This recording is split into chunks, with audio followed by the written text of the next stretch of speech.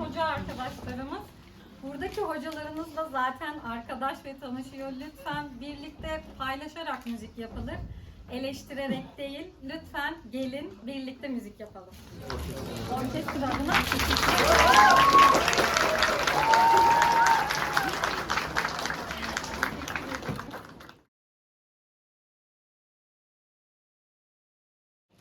Sizlerin huzurunda tekrar hocalarımıza teşekkür ederken, gelecekte işte olmak istediğimiz bu sanatın güzel temsilcileri, gerçekten güzel icracıları, ister resim olsun, ister müzik olsun, bu alanda hedefimiz en yüksekte olmalı. Vasatı değil, en iyiyi hedeflemeliyiz. Hocalarımız bizler için gerçekten güzel bir örnek.